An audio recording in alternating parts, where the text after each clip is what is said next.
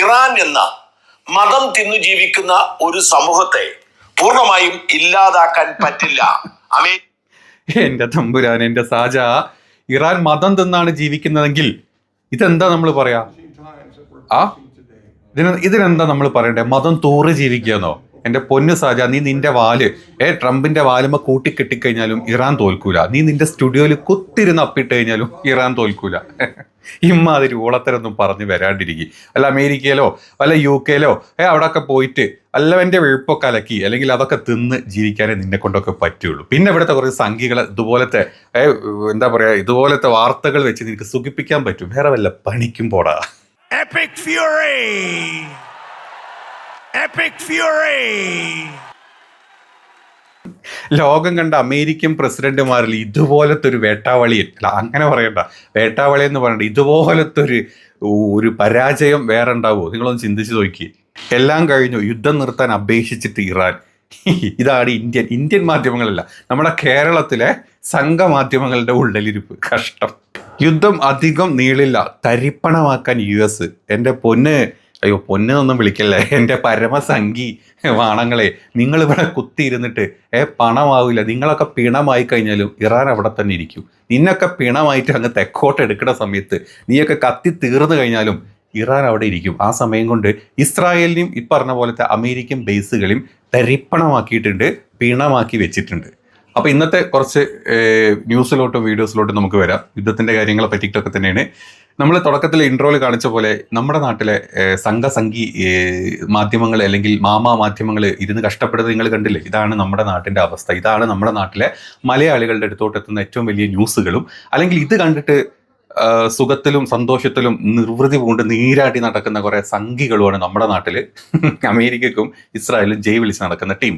ഇനി യഥാർത്ഥത്തിൽ അവിടെ ഇന്നലെ രാത്രി ഏകദേശം 150ഓളം മിസൈലുകളാണ് ഈ ഹെസ്ബുള്ള മാത്രം ഇസ്രായേലോട്ട് കടത്തിവിട്ടത്. 150ഓളം മിസൈലുകൾ.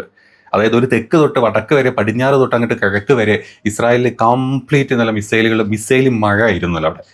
ഒരു പക്ഷേ 150 മിസൈൽ ഹെസ്ബുള്ളയുടെ സൈഡിൽ നിന്ന്, 100-200 മിസൈൽ ഇറാന്റെ സൈഡിൽ നിന്ന്. ഇതിങ്ങനെ വീണുകൊണ്ടിരിക്കുക. ആളുകൾ കുറേ എണ്ണം ചത്തിട്ടും കുറേ എണ്ണത്തിന് കയ്യും കാലും പോയി പരിക്കും പറ്റിയിട്ട് മുടിഞ്ഞൊരവസ്ഥ. ഇതാണ് ഇന്നലെ അവിടെ നടന്നിട്ടുണ്ടായിരുന്നത്. ഇതിൻ്റെ ഇടയിലാണ് ചർച്ചയ്ക്ക് ഞങ്ങൾ തയ്യാറാണ്, യുദ്ധം നിർത്തണമേ എന്നും പറഞ്ഞിട്ട് ഇറാന്റെ അധികാരി അല്ലെങ്കിൽ ഇറാന്റെ അധികൃതർ വന്ന് കാല് പിടിച്ചത് നമ്മുടെ നാട്ടിലെ മലയാള മാധ്യമങ്ങളും ഇതുപോലത്തെ സംഘമാധ്യമങ്ങളും പുറത്തോട്ട് വിടുന്നത്. ഇന്നലത്തെ അവിടുത്തെ അവസ്ഥ എന്ന് പറഞ്ഞാൽ ഓരോ സിറ്റികൾ വെച്ചിട്ടുള്ള ഇമേജസും അല്ലെങ്കിൽ ഫുട്ടേജസും പുറത്തോട്ട് വന്നിട്ടുണ്ട്.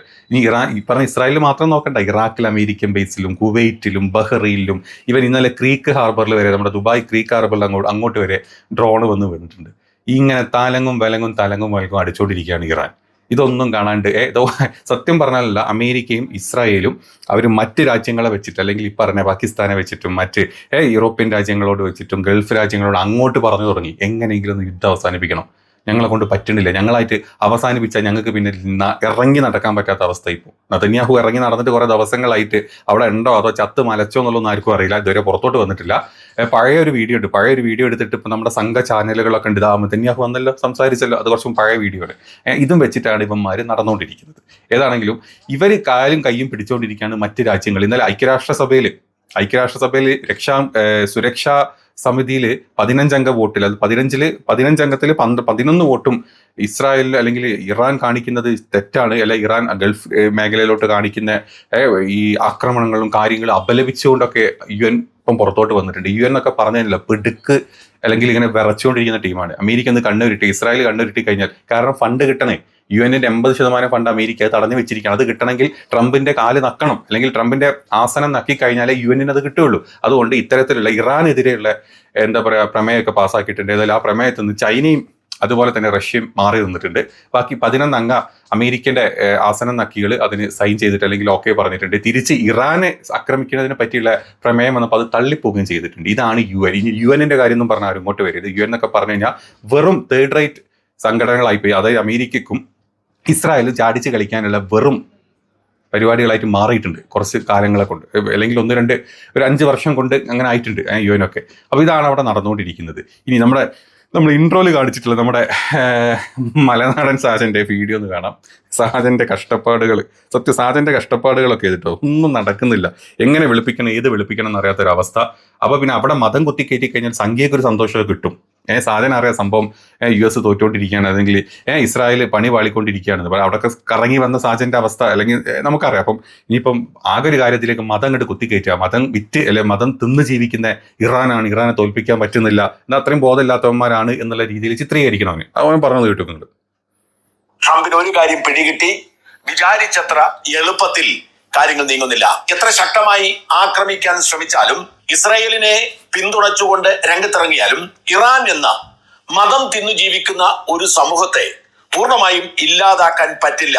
അമേരിക്കയുടെ ബോംബിൽ ആരെങ്കിലും മരിച്ചാൽ അത് രക്തസാക്ഷിത്വമാണ് എന്ന് വിശ്വസിക്കുന്ന ഇറാനിയൻ ജനത പൂർണ്ണമായും അമേരിക്ക വിചാരിക്കുന്ന തരത്തിലേക്ക് നീങ്ങില്ല എന്ന് ട്രംപിന് ബോധ്യമായി. അതായത് അവന് സമ്മതിച്ചു. അതായത് ട്രംപിനും അല്ലെങ്കിൽ ഇസ്രായേലിനും വിചാരിച്ചു കഴിഞ്ഞാൽ യുദ്ധത്തിൽ ഇറാനെ തോൽപ്പിക്കാൻ പറ്റില്ല. അപ്പൊ പിന്നെ മതം തിന്ന് ജീവിക്കുന്ന ജീവികൾക്ക് ബുദ്ധിയില്ല, അവന്മാർ എന്തെങ്കിലുമൊക്കെ കാണിച്ചു കൂട്ടുകയാണ് എന്നുള്ള ഒരു ചിത്രീകരണം അവിടെ കൊണ്ടുവരണം. അതിന് വേണ്ടിയിട്ടാണ് ഈ ബദ്ധപ്പാടും കഷ്ടപ്പാടും. പ്രത്യേകിച്ച് ഇപ്പൊ അമേരിക്കയിൽ ഇരുന്നിട്ടാണ് ഈ വീഡിയോ ചെയ്യുന്നത്, നാട്ടിലോട്ട് തിരിച്ചെത്തിയിട്ടില്ല. അപ്പൊ പിന്നെ അമേരിക്കയുടെ ആസനം നക്കിയല്ലേ പറ്റൂ, അല്ലെങ്കിൽ ട്രംപിനോട് കുണ്ടിയും വെച്ച് പരിപാടികൾ ചെയ്തല്ലേ പറ്റുള്ളൂ. അപ്പൊ പിന്നെ ഇതൊക്കെ പറഞ്ഞേ പറ്റുള്ളൂ നമ്മുടെ സാജന്. അതായത് സാജൻ അവിടെ കുത്തിക്കയറ്റിയ മതം തിന്ന് ജീവിക്കുന്ന ഇറാൻ എന്ന് പറഞ്ഞു കഴിഞ്ഞാൽ, അല്ലെങ്കിൽ ഒരു യുദ്ധം വരുന്ന സമയത്ത് എല്ലാവരും കൂടെ കൂട്ടം കൂടി ഇതുപോലെ ട്രംപിന്റെ തോളത്ത് കയ്യും വെച്ച് പ്രാർത്ഥിക്കുന്നതിന് ഇതിന് എന്താ നമ്മൾ പറയാ, ഇതിന് മതം തിന്നാണോ, മതം തൂറാണോ, അതോ ഈ മതം നിന്റെ കണ്ണാക്കിലോട്ട് കടത്തി വിടുകയാണോ എന്ന് പറയണോ? അതും കൂടെ നീ ഒന്ന് പറഞ്ഞു കഴിഞ്ഞാൽ ഒരു ക്ലാരിറ്റി വരുമായിരുന്നു ഇതിൽ, അല്ലേ? To flood his heart, his mind, and Lord, you will guide him in these challenging times that we're facing today. I pray. കണ്ട സാജ, ഇതിന് മതം നീ പറ, ഇതിന് നീ മതം തിന്നണോ തൂറണോ എന്നൊക്കെ നീ തന്നെ സംസാരിച്ചോ, അല്ലെങ്കിൽ പിന്നെ നിന്നോട് വേറെ എന്ത് പറയാനാ? അപ്പം മതം ആരൊക്കെ തിന്നുന്നുണ്ട്, അല്ലെങ്കിൽ മതവിശ്വാസികൾ ആരൊക്കെയാണ്, മതം തിന്നണോ അല്ലെങ്കിൽ മതം തിന്നാണ്ട് തിന്നണോ എന്നൊക്കെ ഉള്ളത് അവര് തീരുമാനിക്കുന്നുണ്ട്. അത് ഇറാനിയൻ ജനതക്ക് മതത്തിൽ അല്ലെങ്കിൽ മതത്തോട് താല്പര്യമുണ്ട്, അല്ലെങ്കിൽ മതം തിന്നിട്ടോ അല്ലെങ്കിൽ മതം കഴിച്ചിട്ടോ അവരെങ്ങനെയെങ്കിലുമൊക്കെ ജീവിച്ചോട്ടെ. ഇനി അവിടെ മരിക്കുന്ന ആളുകൾ യുദ്ധത്തിൽ മരിച്ചു കഴിഞ്ഞാൽ രക്തസാക്ഷികളാണെന്ന് ഇറാൻ പ്രഖ്യാപിക്കുന്നുണ്ടെങ്കിൽ അത് എല്ലാ രാജ്യങ്ങളും പ്രഖ്യാപിക്കുന്ന, ഇവിടെ ഒന്നും വേണ്ട. ഇവിടെ നമ്മുടെ നാട്ടിൽ ഏതെങ്കിലും ഒരു ഇപ്പൊ BJP ഒരുത്തനെ തച്ച് കൊന്നാലും അല്ലെങ്കിൽ CPM ഒരുത്തനെ തച്ച് കൊന്നാലും അത് BJPക്കാർക്ക് എന്താ രക്തസാക്ഷിത്വമാണത്. നമുക്കറിയാം, നമ്മുടെ മുമ്പിൽ കണ്ണിൽ ഇഷ്ടം പോലെ രക്തസാക്ഷികൾ അങ്ങനെ ഉണ്ടായിട്ടുണ്ട്. പാർട്ടികൾ അങ്ങോട്ടും ഇങ്ങോട്ടും തച്ച് കൊന്നിട്ട് രക്തസാക്ഷികളായതുവരെ രക്തസാക്ഷികളാണെങ്കിൽ ഒരു യുദ്ധത്തിൽ അല്ലെങ്കിൽ ഒരു യുദ്ധം നടക്കുന്ന സമയത്ത് ബോംബ് പൊട്ടിയിട്ടോ മിസൈൽ പൊട്ടിയിട്ടോ മരിക്കുന്ന ആളുകളെ പിന്നെ രക്തസാക്ഷികൾ എന്നല്ലാണ്ട് പിന്നെ അതൊക്കെ എന്താ വെറും പിണങ്ങളാണ്, വെറും ശവങ്ങൾ പോട്ടെ എന്ന് പറയും. അങ്ങനെ ചിന്തയാണ് നിനക്കുണ്ടെങ്കിൽ, അല്ല അമേരിക്കയിൽ മരിച്ചിട്ടല്ല അമേരിക്കൻ പട്ടാളക്കാർ മരിച്ചപ്പോൾ അങ്ങോട്ട് കെട്ടിയതായിട്ട് കൊണ്ടുപോയില്ലേ, ഓരോ ബോഡി കൊണ്ടിട്ട് രക്തസാക്ഷികളായിരുന്നവര്, രാജ്യത്തിന്റെ ഹീറോകളായിരുന്നു. അതെന്താ അമേരിക്കയുടെ ആളുകൾ മരിക്കുമ്പോൾ രാജ്യത്തിന്റെ ഹീറോകളും രക്തസാക്ഷികളും, ഇറാന്റേതാകുമ്പോൾ മതം തിന്ന് ജീവിക്കുന്ന രക്തസാക്ഷികളാവാൻ പാടില്ല. ഇതൊക്കെയാണ് നിന്റെ ഒക്കെ ഉള്ളിലെ തനി കപട ചെറ്റത്തരം എന്ന് പറയുന്നത്. അത് നിന്നെ പറഞ്ഞിട്ട് കാര്യമില്ല, നിന്നെ ഉണ്ടാക്കിയവരെ പറയണം. അത് പോട്ടെ. അപ്പോൾ നമ്മൾ അത് പോണ്ട. പിന്നെ നമ്മുടെ നാട്ടിലെ മറ്റ് ചാനലുകളായിട്ടുള്ള നിങ്ങൾ കണ്ടല്ലോ, അതായത് ഇവരെ പോലത്തെ വിറയന്മാരും മറ്റ് ചില 9 ചാനലുകളും, അതായത് 9+9 18 ഈ ഇങ്ങനത്തെ 9 ചാനലുകളും കുത്തിക്കയറ്റി വിടുന്ന ഇമാതിരി ന്യൂസുകൾ ഇത് കണ്ട് ഇഷ്ടപ്പെട്ട് ജീവിക്കുന്ന സംഘികളും. ഇനി നമുക്ക് ഇതൊക്കെ ജസ്റ്റ് ഒന്ന് പറഞ്ഞു എന്നേ ഉള്ളൂ. ഇന്നലെ രാത്രി ഇറാനിൽ ഇസ്രായേൽ ഉണ്ടായിട്ടുള്ള കനത്ത നഷ്ടങ്ങളെ പറ്റി കുറച്ച് ഡീറ്റെയിൽസ് എടുത്ത് പറയാം.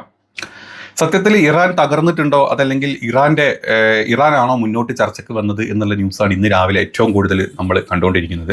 സത്യത്തിൽ അതൊന്നുമല്ല കാര്യം. കഴിഞ്ഞ കുറേ ദിവസങ്ങളായിട്ട് അമേരിക്കൻ പ്രസിഡന്റ് പറയുന്നുണ്ട് ഇന്ന് യുദ്ധം നിൽക്കും, ഇന്ന് യുദ്ധം നിൽക്കും, ഇന്ന് യുദ്ധം നിൽക്കും. ഇതൊക്കെ പറഞ്ഞെങ്കിലും അന്നൊക്കെ അമേരിക്കയുടെ ബേസുകളിലും ഈ പറഞ്ഞ ഇസ്രായേലും ഇറാൻ പൊട്ടിച്ചുകൊണ്ടിരുന്നിട്ടുണ്ട്. ഇറാൻ ഒരു കാര്യം മാത്രമാണ് മുന്നോട്ട് പറഞ്ഞിട്ടുള്ളത്, നിങ്ങൾക്ക് ഇത്രയും കഷ്ടം അല്ലെങ്കിൽ നിങ്ങളെ കൊണ്ട് പറ്റുന്നില്ല യുദ്ധം ചെയ്യാനെങ്കിൽ നിങ്ങൾക്ക് എന്താ പറയുക, ഈ പറഞ്ഞ ചർച്ചയിലോട്ട് പോകണമെങ്കിൽ ചർച്ച ഞങ്ങൾ പറയും, ഞങ്ങൾ തീരുമാനിക്കും. ഞങ്ങൾ പറഞ്ഞ 3 കാര്യങ്ങൾ, ഈ 3 കാര്യങ്ങളാണ് ഞങ്ങൾ പറയുന്നത്. അത് നിങ്ങൾ ഓക്കെ ആണെങ്കിൽ നിങ്ങൾ ചർച്ചയ്ക്ക് വരികയെ, നിങ്ങൾ യുദ്ധം നിർത്തുകയും ചെയ്താൽ, നിങ്ങൾ യുദ്ധം നിർത്തി കഴിഞ്ഞാൽ പിന്നെ ഓട്ടോമാറ്റിക്കലി നമ്മൾ നിർത്തുമല്ലോ.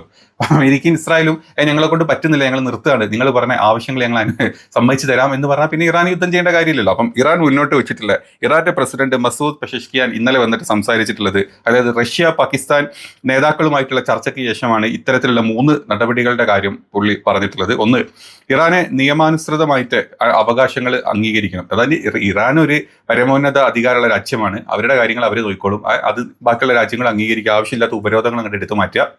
ഇതാണ് ആദ്യത്തെ ഒരു കാര്യം. രണ്ടാമത് പറഞ്ഞിട്ടുള്ള യുദ്ധത്തിന്റെ നഷ്ടപരിഹാരം ഞങ്ങൾക്ക് തന്നേ പറ്റുള്ളൂ. അതായത് നിങ്ങളായിട്ട് ഇങ്ങോട്ട് കയറി അടിച്ച് അതിന് ബുദ്ധിമുട്ടുകളും പ്രശ്നങ്ങളൊക്കെ അവിടെ ഉണ്ടാക്കി പോയിട്ടുണ്ടെങ്കിൽ അതിനുള്ള നഷ്ടപരിഹാരം ഞങ്ങൾക്ക് കിട്ടണം. അതല്ലെങ്കിൽ നിങ്ങളുടെ ആണിക്കല്ല് വരെ ഇളകുന്നവരെ ഞങ്ങൾ അടിച്ചുകൊണ്ടിരിക്കും. ഇതാണ് ഇറാന്റെ പ്രസിഡന്റ് പറഞ്ഞ രണ്ടാമത്തെ കാര്യം. മൂന്നാമത്തെ കാര്യം, ഭാവിയിൽ ഇത്തരത്തിലുള്ള ആക്രമണങ്ങൾ ഉണ്ടാവില്ല എന്നുള്ള അന്താരാഷ്ട്ര ഗ്യാരണ്ടി വേണം. അതല്ലാണ്ട് ട്രംപിന്റെ ഉറപ്പും അല്ലെങ്കിൽ നെതന്യാഹുവിന്റെ ഉറപ്പും എന്നൊക്കെ പറഞ്ഞു കഴിഞ്ഞാൽ പഴയ ചാക്ക് പോലെ തന്നെ, ഓട്ടച്ചാക്ക് പോലത്തെ കാര്യങ്ങളാണ്.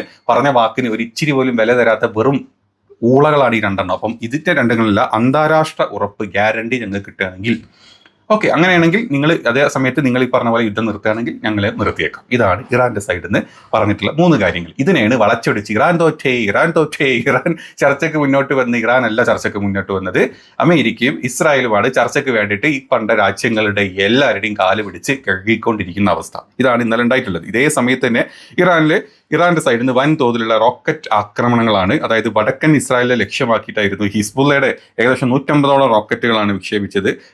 ഇതേപോലെ തന്നെ അപ്പുറത്തൊരു 150ഓളം റോക്കറ്റുകൾ അല്ലെങ്കിൽ മിസൈലുകൾ ഇറാന്റെ സൈഡിൽ നിന്നും ഇസ്രായേലിലോട്ട് വന്നിട്ടുണ്ട്. ഇനി ഇതൊക്കെയാണ് അവിടെ നടന്നത്. മാത്രമല്ല ഈ ആക്രമണത്തിന്റെ ഇന്നലത്തെ ആക്രമണം ഏറ്റവും കൂടുതൽ ഉണ്ടായിട്ടുള്ളത് ഇസ്രായേലിലെ ഗലീലി എന്ന് പറഞ്ഞത്, അതുപോലെ ഗോലാൻ കുന്നുകൾ നമുക്കറിയാം ഒക്കെ പിടിച്ചെടുത്ത സ്ഥലങ്ങളാട്ടോ. ഗോലാൻ കുന്നുകളൊക്കെ സ്ത്രീയുടെ സൈഡൊക്കെ പിടിച്ചെടുത്ത സ്ഥലങ്ങളാണ്.